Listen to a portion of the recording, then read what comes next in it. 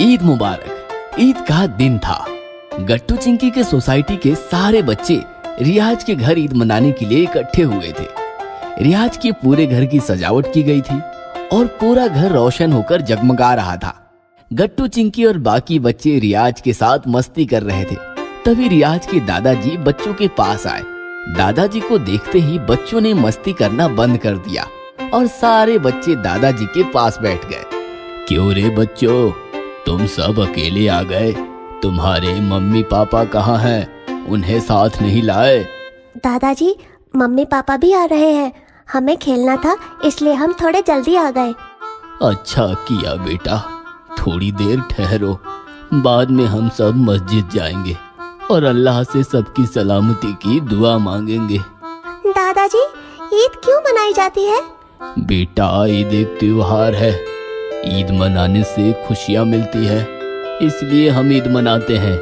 खुदा ने हमें ये जो कीमती जिंदगी का तोहफा दिया है ना, उसके लिए हम रस्मों रिवाज से खुदा का शुक्रिया करते हैं। मतलब हम खुद को यानी ईश्वर को थैंक्स कहते हैं, यही ना? गट्टू की बात सुनकर दादाजी मुस्कुराते हुए बोले, हाँ बेटा, ईश्वर को थैंक्स कहते हैं।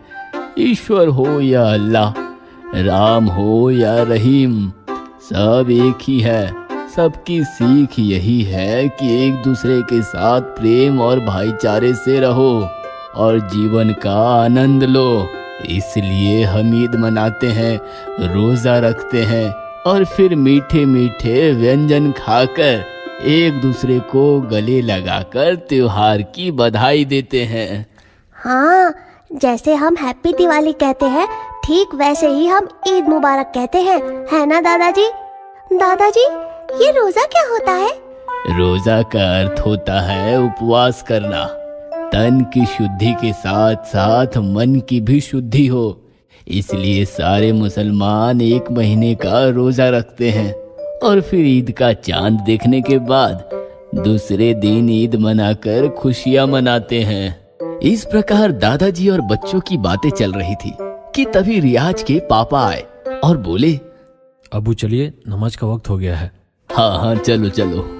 फिर क्या, दादाजी और रियाज के पापा के साथ साथ गट्टू चिंकी और बाकी बच्चे भी मस्जिद पहुंच गए।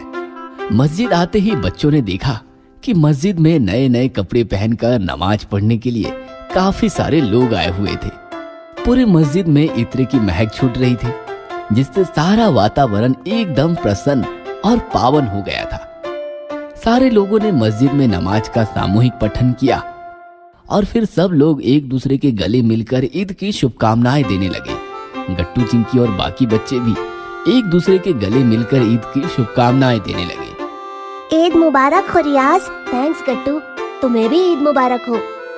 ईद मुबारक हो Riyaz. Same to you Chinki. नमाज खत्म होने के बाद दादाजी के साथ साथ सारे बच्चे मस्जिद के बाहर आए तो उन्होंने देखा कि मस्जिद के बाहर कुछ गरीब बच्चे और औरतें बैठी हुई थी। लोग उन्हें पैसे और कपड़ों का दान कर रहे थे। ये सब गरीब लोग हैं, इनके पास ईद मनाने के लिए पैसे नहीं होते, इसलिए इन्हें पैसे और कपड़े देकर इनके ईद मनाने का इंतजाम किया जाता है। ये सुनकर गट्टू और चिंकी भावुक हो उठे। फिर सब मस्जिद से सीधे घर आ गए। रियाज के घर में अब ईद मनाने के लिए काफी सारी भीड़ इकट्ठी हुई थी। गट्टू चिंकी के मम्मी पापा और सोसाइटी के बाकी लोग भी आए हुए थे। ईद मुबारक हो इम्तियाज। आपको भी मुबारक हो भाईजान। थोड़ी देर बाद रियाज की मम्मी सबके लिए शीरखुमा और मिठाइयाँ लेकर आई और सबको परोसने लगी। सबने शीरखुमा और मिठाइयाँ खाई और सब लोग तृप्त हो गए। बच्चों ने भी जमकर मिठाइयाँ खाई और फिर भी काफी सारी मिठाइयाँ बच गई। यह देखकर गट्टू ने रियाज को इशारा किया और सारे बच्चे कोने में आकर प्राइवेट मीटिंग करने लगे। क्या बात है गट्टू, और मिठाइयाँ खानी है?